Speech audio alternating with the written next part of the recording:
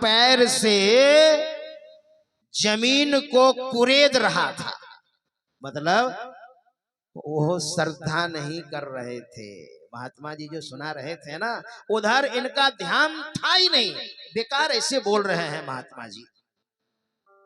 उस महात्मा जी ने कहा, युद्ध होगा और तुम्हारा विनाश होगा। मैं जा रहा हूं, मैं तुम्हें समझा रहा हूं और मेरी बात तुम्हें समझ में नहीं आ रही है। तुम्हारी दुर्वृत्ति के कारण तुम्हारा विनाश होगा। अरे नरक में भी बैठने की जगह तुम्हें नहीं मिलेगी। साप दे दिया और वह महात्मा वहां से पुनः हिमालय चले गए। महापुरुष लोग तो महापुरुष नहीं होते ना तो ये धरा नहीं होती। बहुत समझाने का प्रयत्न किया। मतलब जो सुना रहे हैं उनके प्रति अगर आपकी श्रद्धा नहीं है, श्रद्धावान लभते ज्ञानम तत्परः सतेन्द्रियः ज्ञानम लब्ध्वा परां शांति मचिरेणाधिगच्छति। भगवान श्री कृष्ण गीता में अर्जुन को समझाने के क्रम में कहा है, जो श्रद्धावान है उनको ज्ञान लाभ होता है और ज्ञान से शांति, शांति का मतलब मोक्ष, आत्मकल्याण। तो जो सुना रहे हैं उनके प्रति श्रद्धा हो, है ना। इसलिए तो गोस्वामी तुलसीदास जी महाराज मंगलाचरण जब कर रहे हैं, 7 मंगलाचरण, उसमें से एक मंगलाचरण आप सुनिए। उन्होंने मंगलाचरण में क्या कहा? भवानी शंकरो वंदे श्रद्धा विश्वास रूपिणो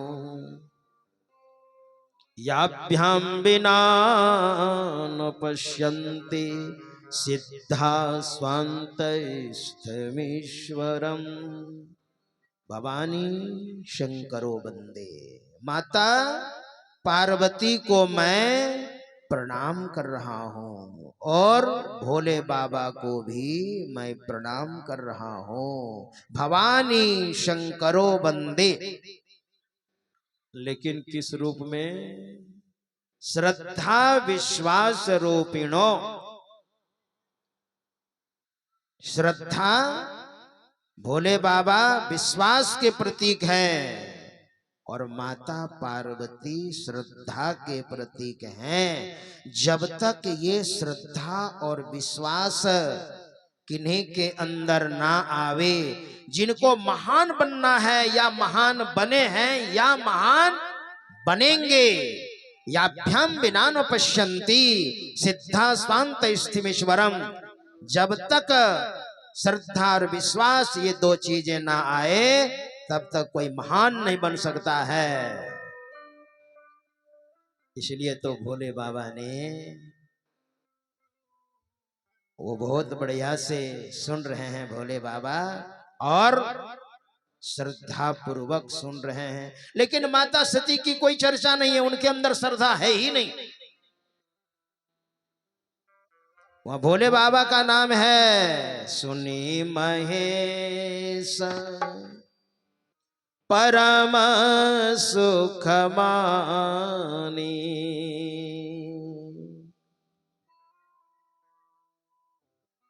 क्यों?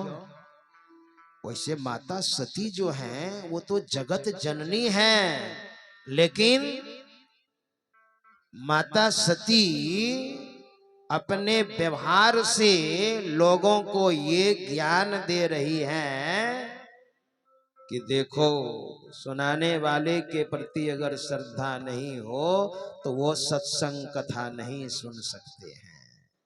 वो दुनिया को ज्ञान देने के लिए माता सती ने ऐसा व्यवहार किया है। राम कथा मुनि बर्य बखानी सुनी महेश परम सुख मानी। और इधर से जब गए थे ना तो मजरिसी के आश्रम में तो अगस्त्य ऋषि ने माता सती का पाद प्रक्षालन किया था। पूजे ऋषि अखिलेश्वर जानी। और वहां कुछ दिनों तक रहने के बाद, वहां रहे कुछ दिनों तक भोले बाबा और माता सती। और वहां से जब चलने लगे ना, तो अगस्त्य ऋषि ने कहा महाराज थोड़ा और रह लीजिए, माता जी भी आई हैं। भोले बाबा ने कहा महाराज कैलाश भी तो जाना है, उधर भी तो देखना है भक्तों को, फिर आऊंगा मैं। कहा ठीक है ठीक है। और जब वहां से चले ना कैलाश की ओर, तो तुलसी बाबा ने लिख लिया, मुनि सन विदा मांगी त्रिपुरारी, मुनि सन विदा मांगी त्रिपुरारी, चले भवन संग दक्ष कुमारी।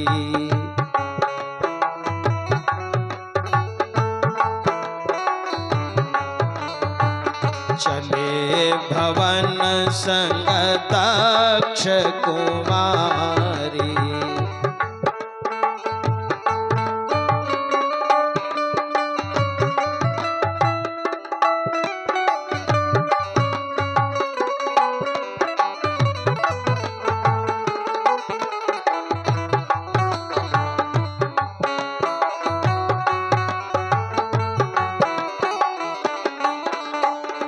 मुनि सन विदा मांगी त्रिपुरारी, मुनि संग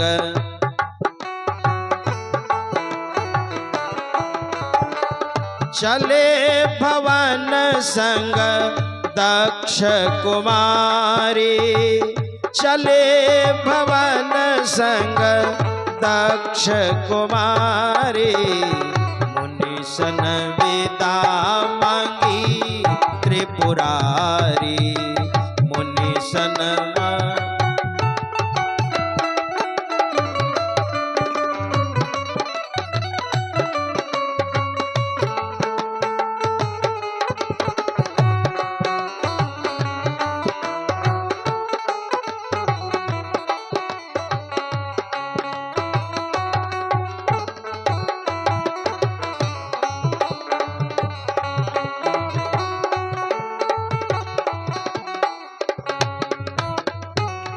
मुनि सन विदा मांगी त्रिपुरारी,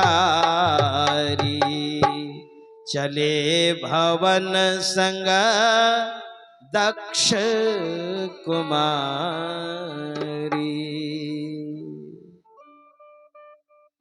यहां पर क्या कहा? मुनि सन विदा मांगी त्रिपुरारी, विदाई मांग कर। और जब चलने लगे ना, तो भोले बाबा का नाम यहां पर क्या है? त्रिपुरारी। त्रिपुरारी, त्रिपुरारी क्यों कहा? मुनि संग विदा मांगी त्रिपुरारी। एक दैत्य था, उसने 3 पुर बनाया था, लोहे का, सोने का और चांदी का। और वह दैत्य उसी में घुसकर दैत्यों की ओर से वह युद्ध करता था। और भोले बाबा देवताओं की ओर से। अब बड़ी मुश्किल है। भोले बाबा दैत्यों को संहार करते थे, जो कि देवताओं को विजय दिलानी है ना। तो वो जो दानव था, वो क्या करता था? दैत्यों को, जो दैत्य मर जाता था, उसको अमृत के कुंड में डुबाता था और उठाता था, तो वह जीवित हो जाता था। और उन 3 पूरों में घुस करके वो युद्ध करता था। और इधर देवताओं का संहार करता था वो दैत्य।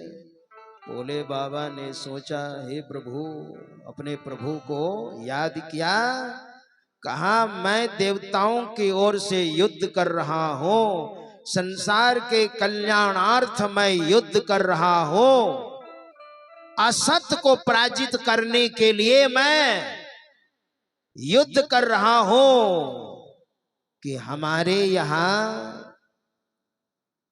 असत पर सत का प्रभाव हो, असत पर सत हावी हो, संसार का कल्याण होगा, इस निमित्त मैं युद्ध कर रहा हूं। लेकिन प्रभु ये क्या हो रहा है, हमारी तो पराजय हो रही है। और भगवान विष्णु का ध्यान किया है भोले बाबा ने वहां पर।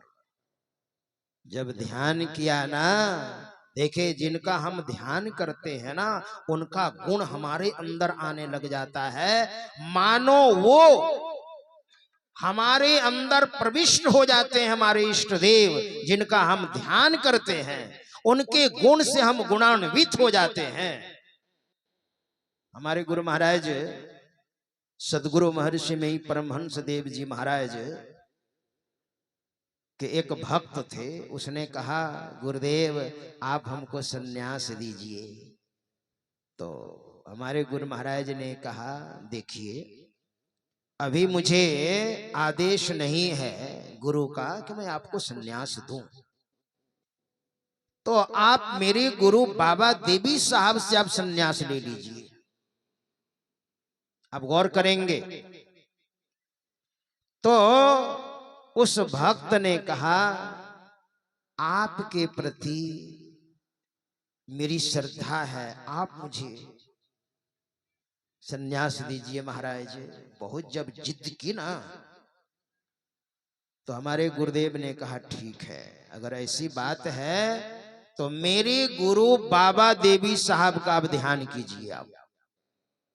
और ध्यान में जब मानस ध्यान कुछ कुछ भी हो जाए तो उनसे आप आज्ञा मांगिए कि मैं इनसे सन्यास लेना चाहता हूं। ध्यान जब हो जाएगा उस ध्यान में आज्ञा मांगिएगा, तब मैं आपको सन्यास दूंगा।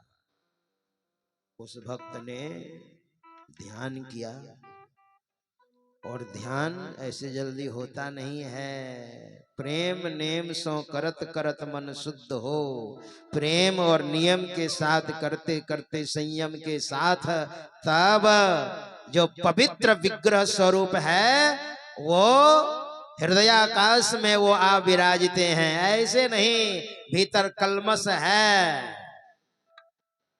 गंदगी है, तब तो वो नहीं आएंगे।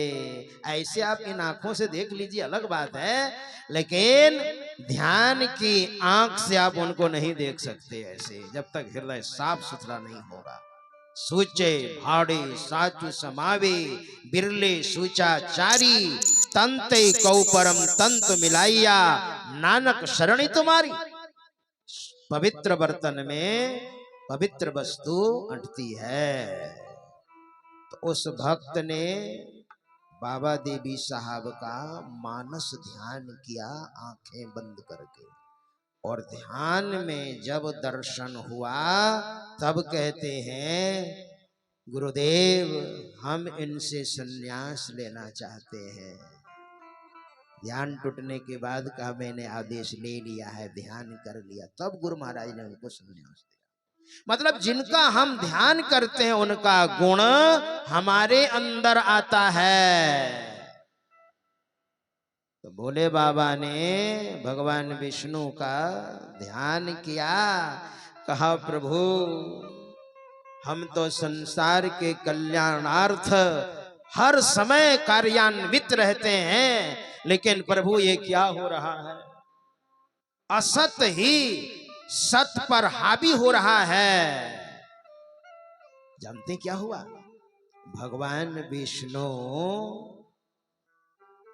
गाय बन गए और ब्रह्मा जी से कहा आप बछड़ा बन जाइए। भगवान विष्णु गाय और ब्रह्मा जी बछड़ा संसार के कल्याणार्थ। यही तो तीनों महापुरुष हैं जो परमात्मा के अत्यंत सन्निकट रहकर हर समय कार्यान्वित रहते हैं। ब्रह्मा विष्णु महेश परमात्मा के वर्कर हैं। ये तीनों संसार के कल्याण के लिए हर समय जहां पर जैसे जिस तरह से मतलब येन केन प्रकारेण संसार का कल्याण हो। भगवान विष्णु बन गए गाय, ब्रह्मा जी बन गए बछड़ा और आ गए और अपनी माया फैला दी। वह दानव देख रहा है और देखते देखते गाय जाती है और उस कुंड को जो अमृत था उस कुंड को गाय पी जाती है। और वह दैत्य देख रहा है और देख करके भी उनको लग रहा है कि ये क्या हो रहा है, बात उसे समझ में नहीं आ रही है।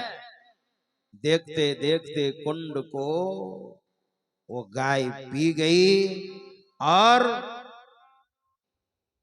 वहां से भगवान विष्णु और ब्रह्मा जी चले गए। मानो भोले बाबा से कहा, महाराज अब आपको चिंता करने की कोई आवश्यकता नहीं है। अब वह दैत्य जो है आप मारिए महाराज, संहार कीजिए संसार के कल्याणार्थ। अब वह दैत्य कुछ नहीं कर सकता है क्योंकि कुंड को हमने समाप्त कर दिया है। और उसी समय भगवान विष्णु ने अपना सारंग धनुष दिया है भोले बाबा से। लीजिए महाराज। और दैत्यों को मारना प्रारंभ किया। मरते गए दैत्य और अमृत का कुंड है ही नहीं जो वह दैत्य जीवित करे। इस तरह से सारे दैत्यों का संहार कर दिया। और वह दैत्य जो छिपा हुआ था, लोहे का, चांदी का, सोने का जो 3 पूर बनाया था, 3 तरह के जो महल बने थे, भोले बाबा ने तीनों पूर को दहन कर दिया। अंत तो गत्वा उस दैत्य को जो बॉस था उसका भी संहार कर दिया। तो भोले बाबा का नाम क्या पड़ गया? मुनिसन विदा मांगी त्रिपुरारी। त्रिपुरारी चले भवन संग दक्ष कुमारी।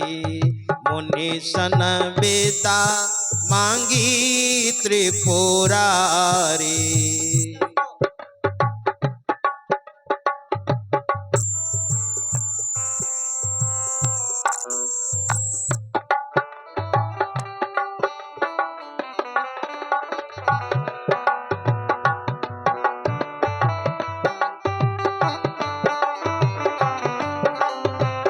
मुनिसन विदा मांगी त्रिपुरारी।